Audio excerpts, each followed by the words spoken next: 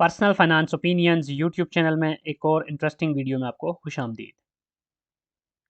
पिछले 3 या 4 महीने से देखें तो स्टॉक मार्केट बहुत तेज़ी से ऊपर जा रही है और एक हमें कंसिस्टेंट बुलिश ट्रेंड देखने को मिल रहा है। और ख़ास तौर पे सितंबर 1 से लेके अब तक देखें तो KSE 100 इंडेक्स ने मुख्तलिफ जो अपने हिस्टोरिकल नंबर्स थे उनको क्रॉस किया।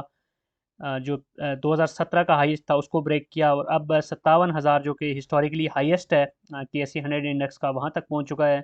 और मुसलसल एक हमें रैली देखने को मिल रही है। तो ये जो सूरत हाल है इसमें जो हमारा इन्वेस्टर है जो पिछले कुछ सालों से मुसलसल एक बियरिश ट्रेंड देख रहा था, जहाँ पर स्टॉक मार्केट में सूरत हाल ये थी कि पॉइंट्स, अगर इंडेक्स कुछ पॉइंट्स ऊपर जाता था तो अगले ही दिन उससे कई गुना ज़्यादा नीचे चला जाता था और एक लंबे अरसे तक 40,000 या इवन इससे कम भी स्टॉक मार्केट में हमें ट्रेडिंग देखने को मिली। तो अब जब ये सूरत हाल हुई है तो इसमें जो वैसे तो ये खुशाइंद है और सारी चीज़ें हमारे इन्वेस्टर्स के लिए अट्रैक्टिव हैं, लेकिन एक चीज़ बहुत सारे हमारे सब्सक्राइबर्स भी पूछ रहे हैं और बहुत सारे लोगों के जहन में ये सवाल है कि इंडेक्स में तो इतना ज़्यादा तेज़ी आ गई और इंडेक्स इतने पॉइंट्स ऊपर चला गया, 57,000 के नफसियाती हिंसे को भी अबूर कर गया, लेकिन जो इंडिविजुअल शेयर्स हैं उसकी कीमतें उस लिहाज से नहीं बढ़ी। हर बंदे ने अपनी जो होल्डिंग है उसके हिसाब से देखना होता है। तो हम सब लोग जब अपने पोर्टफोलियोज़ को देखते हैं तो उसमें उस तरह की परसेंटेज टर्म में भी देखें तो उतनी तेज़ी देखने को नहीं मिली जितनी कि ओवरऑल इंडेक्स की हमें देखने को मिल रही है। तो इसकी वजह क्या है और इसमें कौन से अवामिल हैं? और एक और इम्पॉर्टेंट सवाल जो इससे सप्लीमेंट्री क्वेश्चन है वो ये है कि 2017 में 25 मई 2017 को जब इंडेक्स हिस्टोरिकली हाई गया था 53,000 से ऊपर, और जिसको अभी इस महीने में ब्रेक किया है स्टॉक मार्केट ने। तो उस वक्त जो कीमतें थी मुख्तलिफ शेयर्स की, उसके साथ अगर मवाजना करें तो उससे भी शेयर्स की प्राइसेस काफ़ी नीचे हैं मेजॉरिटी ऑफ द शेयर्स की या मेजॉरिटी ऑफ द केसेस। तो उसकी क्या वजूहत हैं इसको भी हम डिस्कस करेंगे और साथ साथ हम 10 एग्जाम्पल कंपनीज़ की बात करेंगे और उनका मुकम्मल डेटा आपके साथ शेयर किया जाएगा कि 25 मई 2017 को उनकी कीमत क्या थी, फिर 1 सितंबर को अभी जब ये रैली स्टार्ट हुई उस वक्त कीमत क्या थी और अभी क्या है। परसेंटेज टर्म में फिर हम देखेंगे कि उस वक्त से लेके अभी तक जितना इंक्रीज़ हुआ है या डिक्रीज़ हुआ है शेयर की प्राइस में वो कितना है, और ये जो पिछले 2 ढाई 3 महीने में एक रैली है इसमें कितने परसेंट किसी पर्टिकुलर शेयर ने इंक्रीज़ किया और साथ साथ डिविडेंड कितना दिया 2018 से अब तक, ये चीज़ें भी डिस्कस की जाएंगी। तो बड़ी इंटरेस्टिंग वीडियो होने जा रही है और इसको देख के आपको आइडिया होगा कि असल बेनिफिशरी जो इस रैली का है वो कौन है, और फिर आप अपने आप को जज करेंगे कि आप वो असल बेनिफिशरीज़ में आते हैं या नहीं आते। तो इस वीडियो को बनाते हुए काफ़ी मेहनत की गई है, काफ़ी ज़्यादा रिसर्च करनी पड़ी है डेटा इकट्ठा करने के लिए। इसलिए आपने चैनल को सब्सक्राइब करना, वीडियो को लाइक करना नहीं भूलना, क्योंकि ये जो एफ़र्ट्स होती हैं ये खालिस्तान आपके लिए होती हैं, हमारे सब्सक्राइबर्स के लिए। तो आपकी तरफ से अप्रिसिएशन जो है और जब हमें सब्सक्रिप्शन बढ़ती है, व्यूअरशिप बढ़ती है तो उस सूरत में मिल रही होती है। अब यहाँ पर आप देखें तो 2015 से लेके 2000 अभी तक 2023 नवंबर तक की बात करें तो इसमें स्टॉक मार्केट में आपको काफ़ी अप्स एंड डाउन्स भी नज़र आ रहे हैं, लेकिन इससे पहले जो प्रीवियस हाईएस्ट था वो था 53,124 का 25/5/2017 को। उसके बाद आपने देखा कि स्टॉक मार्केट काफ़ी नीचे आया, 27,000 तक भी गया कोविड के दिनों में, और फिर दोबारा से हमें इसको ऊपर आता हुआ हमें नज़र आया। लेकिन 40,000 और 45,000 या इवन 40 और 48 के बीच में जो बैंड देखें इसमें बहुत लंबे अरसे तक लगभग 2021 से लेके 2023 तक ट्रेडिंग होती रही। इसी में ऊपर नीचे स्टॉक मार्केट में KSE 100 इंडेक्स मूव करता रहा। लेकिन अभी जो रीसेंट पास्ट में बात की जाए तो एक बड़ी रैली हमें देखने को मिली और इंडेक्स पहले तो इसने 53,124 का जो हाईएस्ट था उसको ब्रेक किया और उसके बाद अब हाईएस्ट इसका एक न्यू हाई बन गया है 57,163 पे एज ऑफ नाउ ये ट्रेड कर रहा है। और पिछले कुछ दिनों से हम देख रहे हैं कि 57,000 का जो नंबर है इसने कंटिन्यूसली इस यहाँ से ऊपर ही ट्रेडिंग हो रही है। तो ये ओवरऑल देखा जाए तो एक बहुत ही ज़बरदस्त किस्म की रैली है, जिसमें ना सिर्फ ये कि इन्वेस्टर हजरात की नज़रें एक दफ़ा फिर से स्टॉक मार्केट की तरफ राग़िब हो गई हैं। वो लोग जो कि स्टॉक मार्केट से कुछ दूर हो गए थे, क्योंकि इन्वेस्टर्स मुख्तलिफ ऑप्शंस को देख रहा होता है, बगौर देख रहा होता है, और जब वो देखता है कि किसी पर्टिकुलर इन्वेस्टमेंट अपॉर्चुनिटी में उसको इतना जूस नज़र नहीं आ रहा होता तो वो दूसरी तरफ चला जाता है। लेकिन इस वक्त दोबारा से एक कॉन्फिडेंस बहाल होता हुआ नज़र आ रहा है। तो इसमें देखा जाए तो मुसलसल एक हमें रैली देखने को मिल रही है पिछले कुछ अरसे से, ख़ास तौर पे 1 सितंबर से। अब यहाँ पर ये सारी चीज़ें अगर हम देखते हैं तो इसके बावजूद वही मेन सवाल की तरफ आते हैं कि इंडेक्स तो 57,000 से ऊपर चला गया, लेकिन प्राइसेस वो 2017 वाली भी नहीं है और उस तरह भी नहीं है कि जिस तरह होनी चाहिए इंडिविजुअल शेयर्स की। तो इसके पीछे कुछ रीज़न्स हैं, तो उन रीज़न्स को हम वन बाय वन देख लेते हैं। इसमें जो पहली ऑब्वियस रीज़न है कि जो डॉलर हमारे लिए एक काइंड ऑफ अ रेफरेंस या एक पिवटल पॉइंट होता है कि डॉलर की कीमत उस वक्त क्या थी, अभी क्या है। तो 25 मई 2017 और आज के दिन में अगर डॉलर की प्राइस को देखें तो हमें एक बड़ा डिफरेंस नज़र आ रहा है। 103 रुपये 50 पैसे उस वक्त डॉलर की प्राइस थी, और इस वक्त डॉलर जो है वो 285 रुपये 39 पैसे पे है, और थोड़ा सा पहले देखें तो ये 310 320 पे था। तो अब भी ये एक बड़ी रीज़न है कि हमारी जो चूँकि मईशत का इन्हिसार बहुत ज़्यादा इम्पोर्ट्स के ऊपर होता है, हम इम्पोर्ट ओरिएंटेड एक इकॉनमी है। तो इम्पोर्ट्स सारी जो हैं वो डॉलर की प्राइस के साथ होती हैं, प्लस हमने जो इंटरनेशनली कर्ज़े देने हैं, कर्ज़ों की जो किस्तें हैं उसके ऊपर जो सूद देना है, ये सारी की सारी चीज़ें डॉलर के साथ लिंक्ड है। तो डॉलर का जितना जब भी ऊपर होता है तो ऑब्वियसली उसका एक नेगेटिव इम्पैक्ट मार्केट पे पड़ता है। और इंडिविजुअल कंपनीज़ को देखें तो हमारी मेजॉरिटी जो कंपनी जो कि इंपोर्ट ओरिएंटेड हैं, ऑयल या तो इंपोर्ट कर रही हैं या दीगर रॉ मटेरियल इंपोर्ट कर रही हैं, और उसी की बेस पे उनका पहिया चल रहा है इकानमी का, हमारी या इंडस्ट्री का। तो डॉलर जितना ऊपर होगा तो ऑब्वियसली उसका एक नेगेटिव इम्पैक्ट उनकी प्रॉफिटेबिलिटी पे आएगा, उनकी कॉस्ट बढ़ेगी। तो ये एक सबसे बड़ी रीज़न है कि 2017 और आपको अब जब कंपैरिजन करें तो हमेशा इस चीज़ को भी देखें कि उस वक्त कंपनीज़ को कॉस्ट ऑफ गुड्स कितनी पड़ रही थी, या उनको कॉस्ट, उनको ऑपरेशनल कॉस्ट क्या थी, और अभी क्या है। तो अब जब डॉलर अगर इतना ऊपर होगा तो ऑब्वियसली जो मार्जिन्स है कंपनीज के, प्रॉफिट मार्जिन्स है वो कम होंगे। तो वो एक बड़ा फैक्टर है उस वक्त को। अभी की हम सूरत हाल को देखें तो ये जो फ़र्क हमें नज़र आ रहा है उसमें ये एक बड़ा कंट्रीब्यूटर है। इसके बाद जो दूसरा बड़ा पॉइंट है वो शरह सूद का है। इंटरेस्ट रेट, अगर हम पॉलिसी रेट देखें तो 2017 में 6% था, अभी 22% है, मोर देन 3 टाइम्स। तो इंटरेस्ट रेट जितना ज़्यादा होता है उतना ही क्योंकि लेवरेज बेस्ड बिजनेसेस होते हैं, कंपनीज जब भी लोन लेके क्योंकि उनको फाइनेंसिंग के लिए दो ही ऑप्शन होते हैं, या तो इक्विटी फाइनेंसिंग होती है या डेट फाइनेंसिंग होती है। तो डेट फाइनेंसिंग ही मेजर रेगुलरली अगर देखा जाए तो हर कंपनी जितनी भी मैन्युफैक्चरिंग या दीगर जो भी सेक्टर्स हैं उसकी जो कंपनीज होती हैं, उनको अपने बिजनेसेस रन करने के लिए कैपिटल चाहिए होता है, साथ साथ उनको एक्सपेंशन के लिए पैसा चाहिए होता है। उनको जब भी पैसा चाहिए होता है तो उनके लिए जो वायबल ऑप्शन होता है वो यही होता है कि वो लोन्स उठाएँ, डेट्स उठाएँ। तो डेट के ऊपर जब उनको इंटरेस्ट रेट बढ़ता है, बहुत ज़्यादा हो जाता है, तो ऑब्वियसली फिर उनकी फाइनेंस कॉस्ट बढ़ जाती है, और जब फाइनेंस कॉस्ट बढ़ती है तो उनकी जो बॉटम लाइन है वो इम्पैक्ट होती है। तो अब शरह सूद जब 22% पे चली जाए तो ऐसी सूरत में एक तो ये है कि इकानमी वैसे भी श्रिंक होना शुरू हो जाती है। ये इन्फ्लेशन को कंट्रोल करने के मेयर्स में से एक मेयर है, लेकिन उसका नुकसान फिर ये होता है कंपनीज़ को कि उनके जो एक तो प्रॉफिट मार्जिन्स मुतासर होते हैं, दूसरा ओवरऑल उनका बिजनेस भी स्लो डाउन हो जाते हैं। तो ये एक बड़ा फैक्टर है। 6% और 22% में आपको वाज़ेह फ़र्क नज़र आ रहा है कि अब 17 की सूरत हाल और अभी की सूरत हाल में तो ये ज़मीन आसमान का फ़र्क है। इसके बाद जो तीसरा बड़ा फैक्टर है वो ये है कि टैक्सेस जो है ना वो पाकिस्तान में मुसलसल कंपनीज़ को उनका सामना करना पड़ रहा है, टैक्सेस में इजाफा हो रहा है, और रिसेंट पास्ट में जो सुपर टैक्स का इम्पोजिशन हुआ वो भी एक बड़ा कंट्रीब्यूटर है कि कंपनीज़ की बहुत सारी कंपनीज़ की अगर आप स्टेटमेंट्स देखें तो उनका जो प्रॉफिट बिफोर टैक्स है और प्रॉफिट आफ्टर टैक्स है उसमें आपको बड़ा डिफरेंस नज़र आएगा। ये पिछले 2 सालों की अगर आप देखें या इस साल की देखें क्वार्टरली रिपोर्ट्स को भी, तो उसकी बड़ी रीज़न ये है कि जो सुपर टैक्स की इम्पोजिशन हुई इस वजह से कंपनीज़ के प्रॉफिट मार्जिन्स के ऊपर नेगेटिव असर पड़ा। और एक और इम्पॉर्टेंट चीज़ ये है कि सिर्फ सुपर टैक्स की ही बात नहीं हो रही, इसके अलावा भी अब जैसे अभी चंद दिन पहले एक विंडफॉल के हवाले से बात हुई कि बैंक्स ने जो फॉरेन एक्सचेंज से पैसा कमाया उस पे जो उनको 40% टैक्स लगाने की बात हो रही है।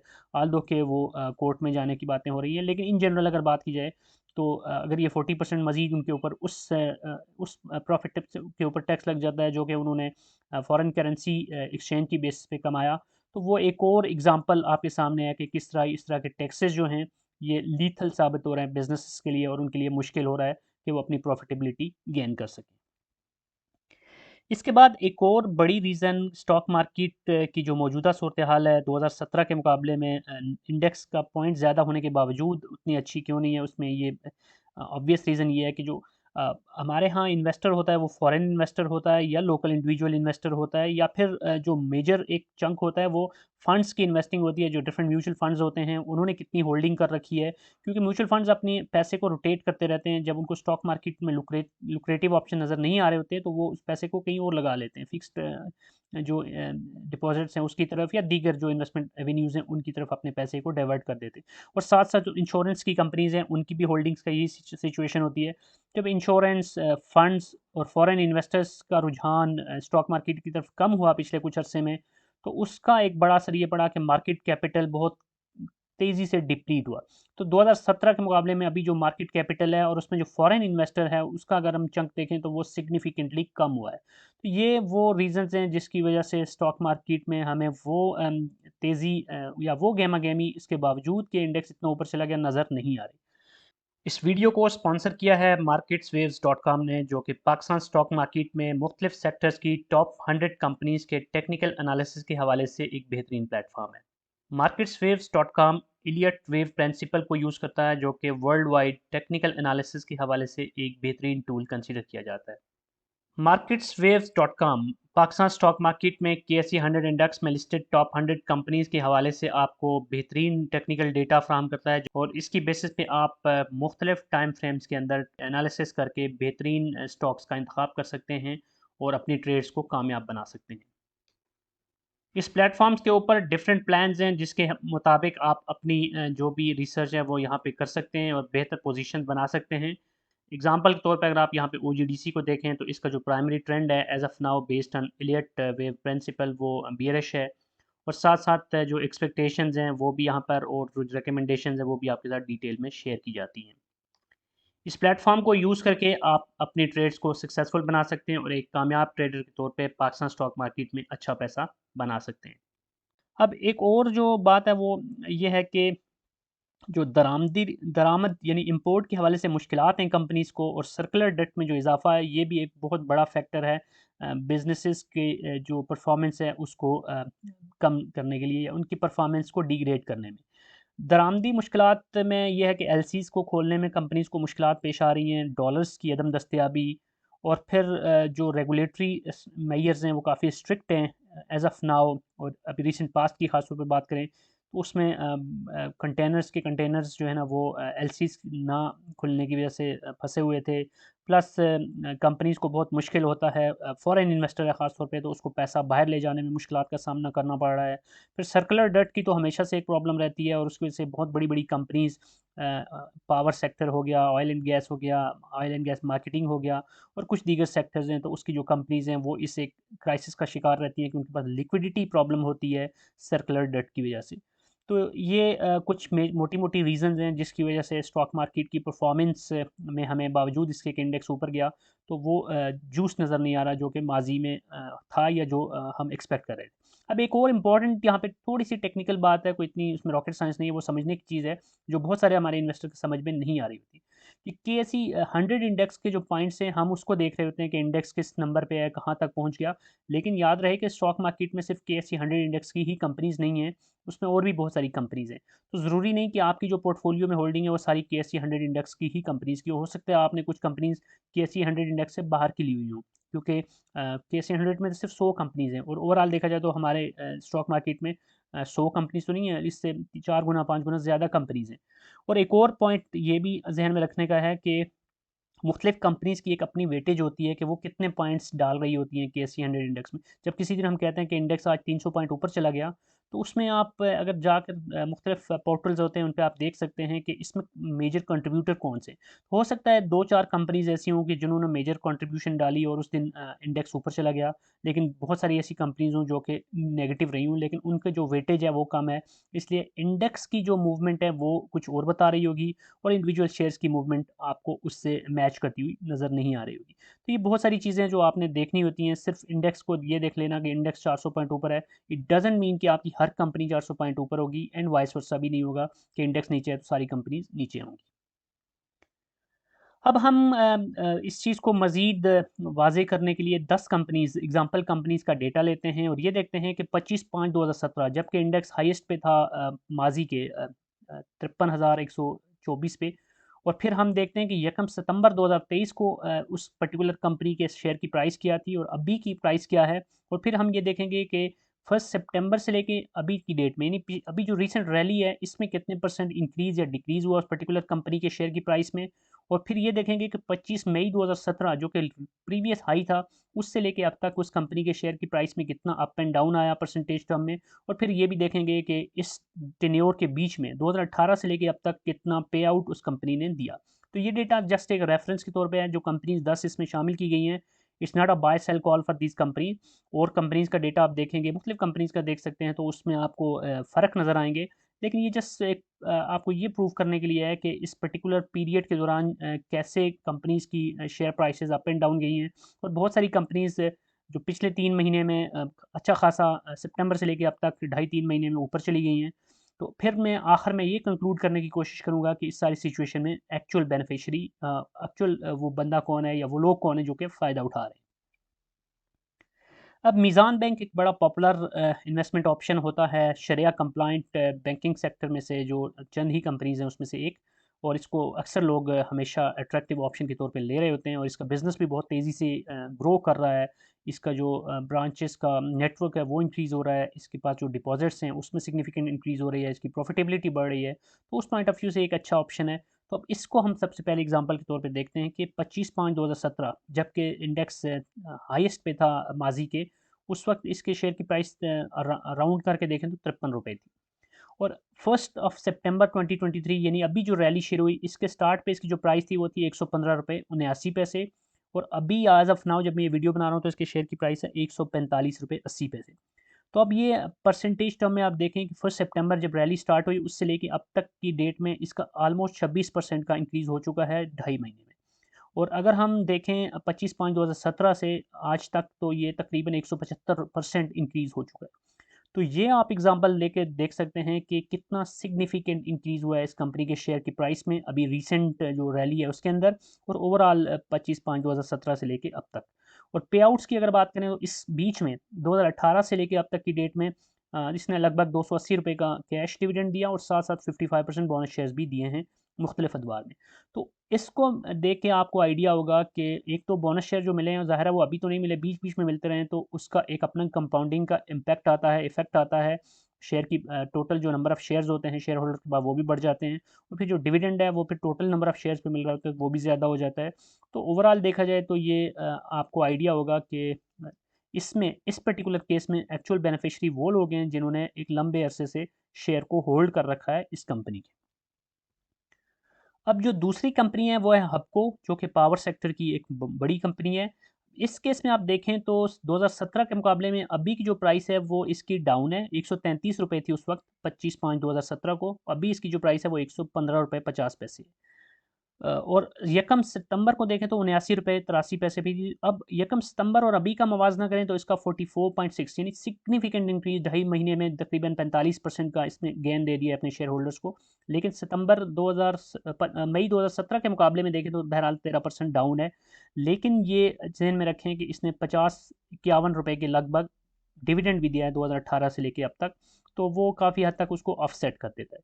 अब 133 से 115 पे यानी कि फ़र्क तकरीबन 18 रुपये का यहाँ पे आपको नज़र आ रहा है, लेकिन 51 रुपये के लगभग इसने डिविडेंड भी दे दिया। और दूसरा ये कि बीच में इसके अंदर अप्स एंड डाउन्स भी आए, तो ऑब्वियसली ज़रूरी नहीं कि हर बंदे की जो बाइंग है वो 133 पे हो।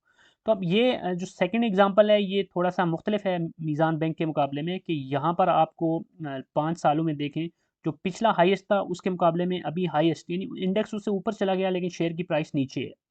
तो ये आपको वो जो अवामिल मैं पीछे डिस्कस कर रहा था उनमें से कुछ अवामिल इसके ऊपर भी असरअंदाज होते हैं, जिसकी वजह से शेयर की प्राइस में इस तरह आपको फ्लक्चुएशन नज़र आती है। अब एक तीसरी कंपनी है वो इंटरनेशनल स्टील्स लिमिटेड ISL, और इसकी शेयर की प्राइस थी 25/5/2017 को 162 रुपये, अभी इसकी प्राइस है 62 रुपये 99 पैसे। तकरीबन 61% कम है उस प्राइस से जो कि इसकी पिछले हाई के ऊपर थी। लेकिन अभी रीसेंट रैली की बात करें तो इसकी जो प्राइस यकम सितंबर को थी वो तो 43 रुपये थी 10 पैसे, और अभी 62 रुपये 99 पैसे। तो ये 46% का इंक्रीज़ है। तो आप अंदाज़ा कर सकते हैं कि स्टॉक मार्केट में किस तरह की अपॉर्चुनिटीज़ होती हैं। एक तरफ तो आपको 17 के मुकाबले में अभी जहाँ 61% डिक्लाइन नज़र आ रहा है शेयर की प्राइस में, वहीं पिछले 2.5-3 महीने में आपको 46% का इंक्रीज़ भी नज़र आ रहा है। और इसने इस बीच में 24 रुपये का कैश डिविडेंड भी दिया है। तो यूँ आप कह सकते हैं कि बहुत सारी ऐसी कंपनीज़ भी होती हैं कि जिसमें आपको कुछ रैलीज़ के अंदर अच्छा खासा प्रॉफ़िट आ जाता है, अच्छा खासा आपके जो लॉसेज़ हैं वो कवर हो जाते हैं। लेकिन ये भी ज़हन में रखना चाहिए कि बहुत सारी ऐसी कंपनीज़ भी होती हैं, जैसे ये एग्ज़ाम्पल आपके सामने है कि जिसमें पिछले हाई के मुकाबले में अभी सिग्निफ़िकेंटली नीचे है प्राइस। इसके बाद अटक पेट्रोलियम देखें तो यहाँ पर भी सूरत-ए-हाल वैसी ही आपको नज़र आ रही है कि ₹462 का शेयर था 25/5/2017 को, और अभी की रैली में ये बढ़कर इसकी जो प्राइस टोटल हुई है वो 370 है। लेकिन जब ये रैली स्टार्ट हुई थी तो 284 थी। तो अब 2017 के मुकाबले में अभी भी ये 20% के लगभग कम है प्राइस। लेकिन पिछले जो 3 महीने की, ढाई महीने की रैली है उसमें इसने तकरीबन 30% का गेन किया है। और यहाँ पर एक और इम्पोर्टेंट चीज़ ये है कि इसने ₹128 के करीब कैश डिविडेंड भी दिया है इस अरसे के बीच में, और 25% बोनस शेयर्स भी। तो अब बोनस शेयर्स एक एडिशनल चीज़ हो जाती है कि बोनस शेयर्स की वजह से अब टोटल जो डिविडेंड मिला है, जो भी शेयर होल्डर्स हैं इस कंपनी के अंदर, उनको जो नंबर ऑफ शेयर्स हैं वो ऑटोमेटिकली ज़्यादा हो जाते हैं। और वैसे भी जब डिविडेंड और बोनस मिलता है तो शेयर की प्राइस एक्स होने के बाद नीचे आ जाती है। तो उस फैक्टर को भी आपने ज़हन में रखना है। इसके बाद जो अगली कंपनी है वो एसएनजीपी है। यहाँ पर भी आपको वही सूरत-हाल नज़र आ रही है। ₹177 का शेयर था 25/5/2017 को, अभी इसकी प्राइस सिर्फ ₹47.68। तो 65.54% का एक वाज़ेह इसके अंदर डिक्लाइन है उस प्राइस से जो कि पिछले हाई के ऊपर थी। लेकिन यहाँ पर भी आपको अभी जो रिसेंट रैली है उसके अंदर 48% के लगभग इंक्रीज़ देखने को मिल रहा है। ₹41.30 थी इसकी प्राइस यकम सितंबर को, जो अभी ₹60.99 पे है। तो ये एक बड़ा इसके अंदर आपको सर्ज नज़र आ रही है पिछले ढाई 3 महीने में। और इस बीच में इसने ₹28 का कैश डिविडेंड भी दिया है। इसके बाद जो अगली कंपनी एग्जांपल के तौर पे है वो है पीपीएल। ₹130 इसकी प्राइस थी 2017 में 25/5 को, जब शेयर इंडेक्स अपने हाईएस्ट पे था। और अभी जब इंडेक्स एक और हाई पे है और उससे भी ज़्यादा हाई पे है, तो इस वक्त इसके शेयर की जो प्राइस है वो आपको नज़र आ रही है ₹90.66। यानी कि उस वक्त की प्राइस के मुकाबले में 30.26% का डिक्लाइन है। लेकिन इस रैली के अंदर 67 पे 59 पैसे से बढ़ के ₹90 66 पैसे पे, यानी 34% से ज़्यादा का इंक्रीज़ ये पिछले ढाई महीने में हो चुका है इसके। और इसने ₹11 का डिविडेंड दिया है पिछले कुछ अरसे में 2018 से लेके टिल डेट। इसके बाद जो अगली कंपनी है वो कोहिनूर एनर्जी। इसकी शेयर की जो प्राइस थी 2017 में 25 मई को वो थी ₹41। अभी इसके शेयर की प्राइस है ₹45.20। और यकम को इसकी प्राइस थी, यकम सितंबर 2023 को ₹35.43। तो इसकी जो चेंज है सितंबर 1 से लेके अब तक वो है 27.58%, which is a significant increase. और अगर हम मई 2017 के मुकाबले में देखें तो महज़ 10% का इंक्रीज़ आपको नज़र आ रहा है। लेकिन इस कंपनी के केस में एक डिविडेंड के मद में जो सूरत-हाल है वो यकसर मुख्तलिफ है। कंपनी के शेयर की प्राइस से ज़्यादा डिविडेंड इसका मिल चुका है लोगों को। तो जिन लोगों ने भी इसका शेयर अगर 2017 में भी लिया होगा तो वो आप कह सकते हैं कि वो ज़ीरो रेट के ऊपर अब उनके पास है, क्योंकि जितना उन्होंने लिया था उससे ज़्यादा इसमें से डिविडेंड खा चुके हैं। ₹46.25 डिविडेंड दे चुकी है।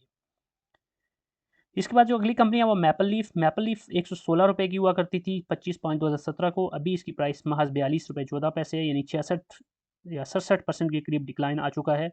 लेकिन अभी जो रीसेंट रैली है इसमें ये कंपनी भी उसका बेनिफिशियरी है। यकम सितंबर को ₹27 प्राइस थी, अभी इसकी ₹38.45 यानी 42.14% का इसमें इंक्रीज़ आ चुका है। और इसने कुल मिला के सिर्फ ₹3 का डिविडेंड दिया है इस सारे अरसे में।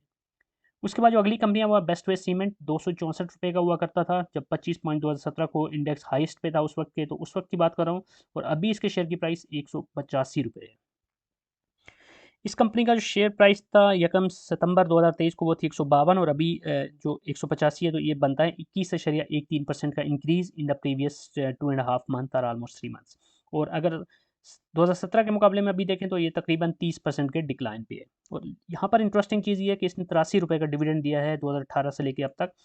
तो ₹152 का शेयर, या 264 इवन अगर हम वो भी देख लें 2017 में, तो 264 से कम होके अगर 185 काउंट भी करें तो ₹83 का इसमें डिविडेंड भी है, तो वो काफ़ी हद तक उसको ऑफसेट कर देता है।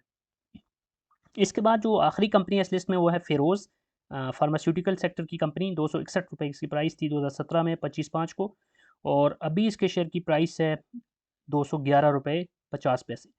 तो यूँ आप इसकी अगर यकम सॉरी इसको अगर आप परसेंटेज चेंज देखें तो 53.31% का डिक्लाइन आपको नज़र आ रहा है, इंक्रीज़ नज़र आ रहा है, सॉरी।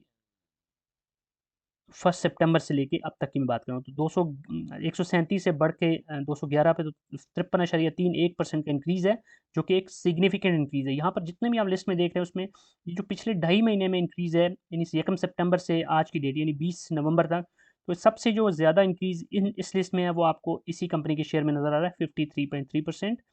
लेकिन 2017 के मुकाबले में अभी अभी की प्राइस देखें तो ये 18.97, यानी तकरीबन 19% का डिक्लाइन है 261 के मुकाबले में 211।